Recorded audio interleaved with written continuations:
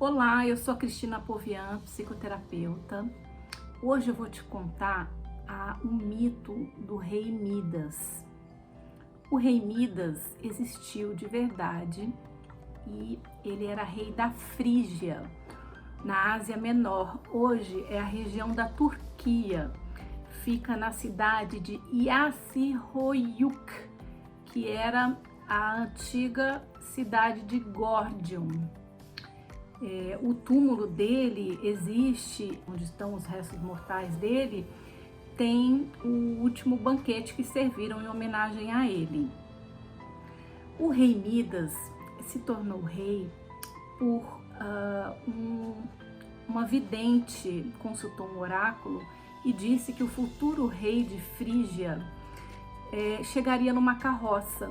E os pais dele, o pai dele era um camponês, e ele entrou na cidade de Frígia com a mãe e Midas bebê. E nesse momento a cidade entendeu que o bebê seria o futuro rei da região. Então ele tornou-se rei e um belo dia um velho bêbado ofereceu a ele que se encontrasse com o rei Baco. E ele foi ao encontro do rei Baco. E Baco, que é o rei da fartura da agricultura, do vinho e das festas de comemoração da fartura da agricultura, pediu a ele, falou: me faça um pedido que você quiser que eu realizo. E ele, sem pensar, sem refletir muito bem, foi lá e fez o pedido que gostaria de, onde quer que ele tocasse, se tornasse ouro. E pá, o Baco concedeu esse direito a ele. Na volta para casa, ele veio transformando a natureza, as folhas em ouro, frutas em ouro, parte da estrada em ouro. Foi bastante divertido. Na hora que ele entrou em casa, pediu aos criados: façam um banquete. Ele estava super feliz e esse banquete foi servido. Na hora que ele tocou no pão, o pão se transformou em ouro.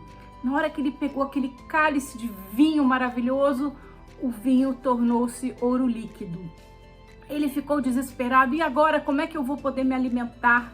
Tudo que eu toco vira ouro. A filha dele, a Febe, viu o desespero do pai e veio para ajudá-lo. E na hora que ela tocou o pai, ela se transformou numa estátua de ouro.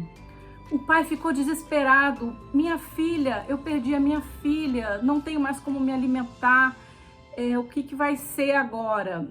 Então ele se arrependeu terrivelmente, começou a pedir para que esta maldição, que ele fosse libertado dessa maldição. Então ele conseguiu que fosse direcionado ao deus Pan. O deus Pan é o deus que rege as florestas e ele foi morar humildemente na floresta. E estava vendo um concurso de flauta. Ele riu e caçoou do modo que Apolo tocava flauta. E Apolo pegou e deu um castigo e colocou 2 orelhas de burro nele. E ele passou a usar um turbante para esconder essas orelhas de burro. Eis que o barbeiro que cuidava do cabelo dele era o único que sabia, mas ele enterrou a fala que ele não conseguiu esconder.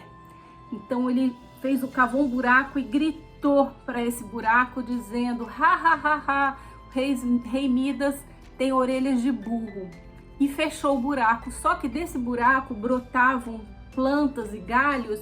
E esses galhos que brotavam gritavam aos 4 ventos: o rei Midas tem orelha de burro, o rei Midas tem orelha de burro. Aí eles iam lá e cortavam esses galhos para parar de falar, só que os galhos nasciam de novo, então a notícia se espalhou. O que aconteceu? O rei Midas, como que essa história mitológica se conecta ao tratamento do ego? O rei Midas fez uma escolha pela facilidade do ego. sem nem pensar direito, que é a maneira que o ego age. Aí eu não penso direito, eu vou lá e resolvo pela facilidade.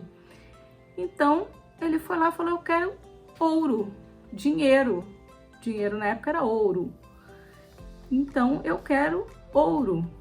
E ele foi na estrada, passando e congelando tudo pelo poder do ouro. O que aconteceu?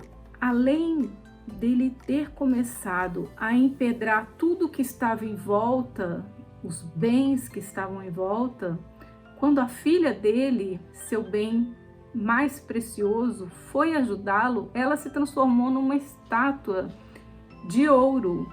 Quer dizer, ele congelou também a sua linhagem, a sua descendência. Ele congelou a si pela raiz. Ele travou a sua vida completamente. Então, por uma escolha de ego, por uma facilidade típica do ego, ele foi lá e se auto-aniquilou. E é isso o que o ego faz com a gente. É o dinheiro pelo dinheiro, a facilidade pela facilidade. Agora, vamos supor que ele tivesse pedido esse dinheiro porque ele queria colaborar com a sociedade de alguma maneira, ele queria oferecer coisas, ou então se ele tivesse pedido uma facilidade para produzir dinheiro para alguma coisa, então ele estaria conectado a um propósito.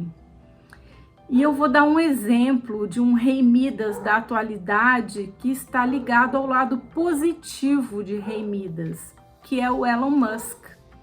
O Elon Musk, onde quer que ele toque, ele faz dinheiro, ele cria, inclusive ele fez recentemente, lançou um perfume com cheiro de cabelo queimado. Em 2, 3 dias ele vendeu $1 milhão desse perfume, foi uma brincadeira que ele fez. O Elon Musk está com um projeto em criar viabilidade do homem viver em outros planetas. Mas a brincadeira dele começou quando ele criou o PayPal, que é um meio que todo mundo hoje consegue vender coisas na internet. E então ele tem um propósito de unir pessoas, unir o mundo, criar novos meios do homem se desenvolver, do homem se locomover pelo mundo, seja pelo dinheiro, seja indo para outros planetas. Enfim, ele é um rei Midas no bom sentido, pelo lado positivo da facilidade em produzir riquezas. Então, essa facilidade em produzir riquezas, quando ligada a um propósito pessoal, ela é fantástica, ela é fantástica. Agora, quando ela é ligada a uma questão de ego, é preciso vir fazer terapia comigo para a gente resolver a parada, certo? E eu, nos próximos vídeos, vou falar de outros aspectos, que é também pela burrice, né, do rei Midas, pela desconexão do eu, pela apenas ele querer mostrar poder, a ganância, são assim muitos aspectos que uma ação só abrange. Olha, se você gostou dessa história, se fez diferença para você, dá um like, o YouTube pede likes, gosta de likes. E também, se você quer receber notícias do meu canal, se inscreva para que as próximas gravações você receba de primeira mão, tá bem? Espero que você tenha gostado e que essa história tenha criado reflexões bacanas na sua cabeça.